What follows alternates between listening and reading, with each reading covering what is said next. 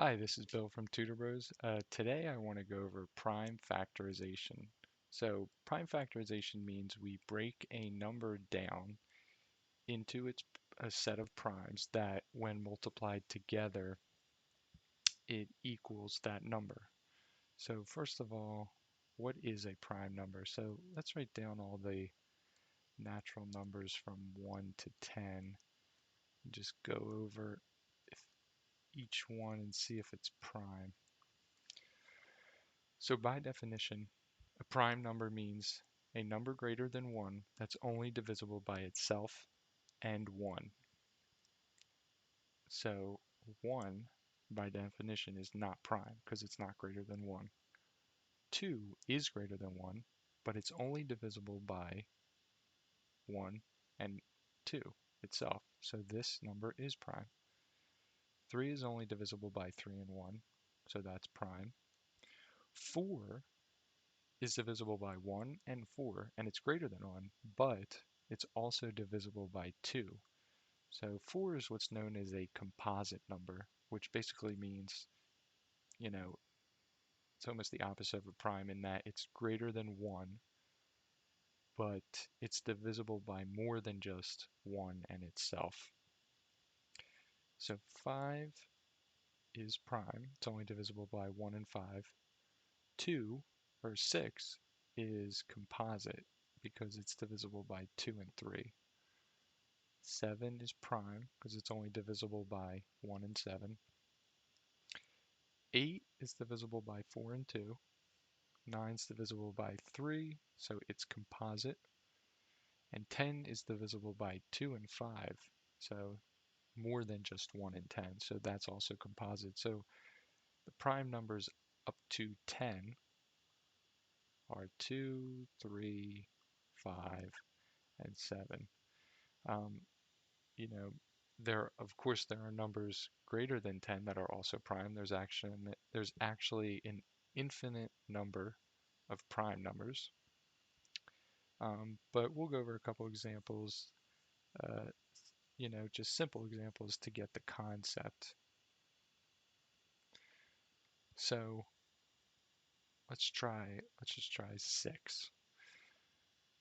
So we already know, we said, a lot of people like to write this in kind of a tree form when you're breaking down the primes. So you want to write the two products that equal 6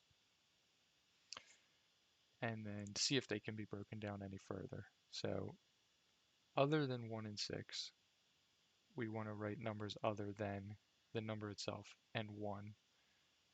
So it would be, or else it would be prime. So 2 times 3 is 6. 2, as we saw, was prime, and 3 was also prime. So we'll circle it to indicate that it's prime. It can't be broken down any further. So this can be written as 2 times 3. So when you're factoring, prime factorization of the number 6 is just this, 2 and 3, 2 times 3. So that was easy. So let's try a bigger number. Let's try 32. So 32 is an even number. So all even numbers greater than 2 are, they're divisible by 2. So by definition, they're not prime. So we know this isn't prime because at least it's divisible by 2. So but 2 is prime. So we'll circle that. But 2 times what equals 32? 2 times 16.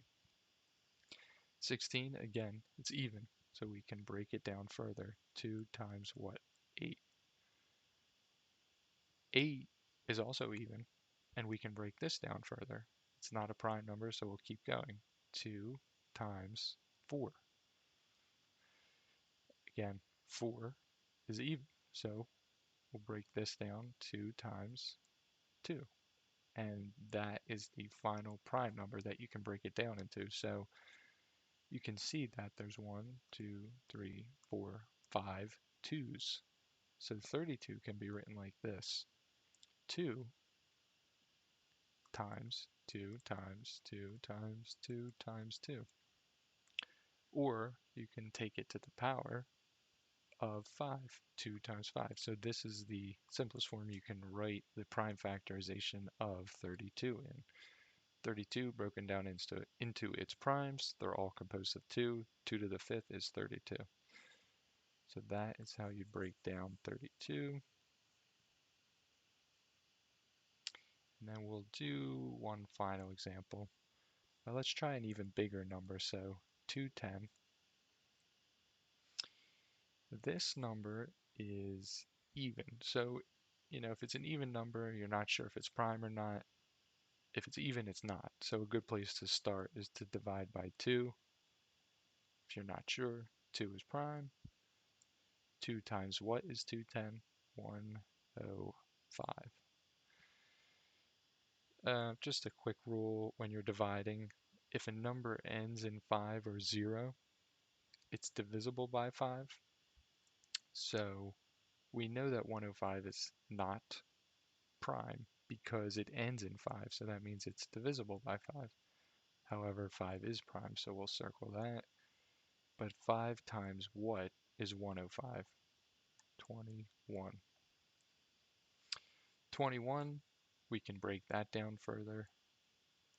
3 times 7, and we know that 3 is prime and 7 is prime. So 210 can also be written, when you're factoring out the primes, 2 times 3 times 5 times 7. So 210, if you factor out all its primes, is written like this: 2 times 3 times 5 times 7. These are all the primes that make up 210 when multiplied together. So that is prime factorization.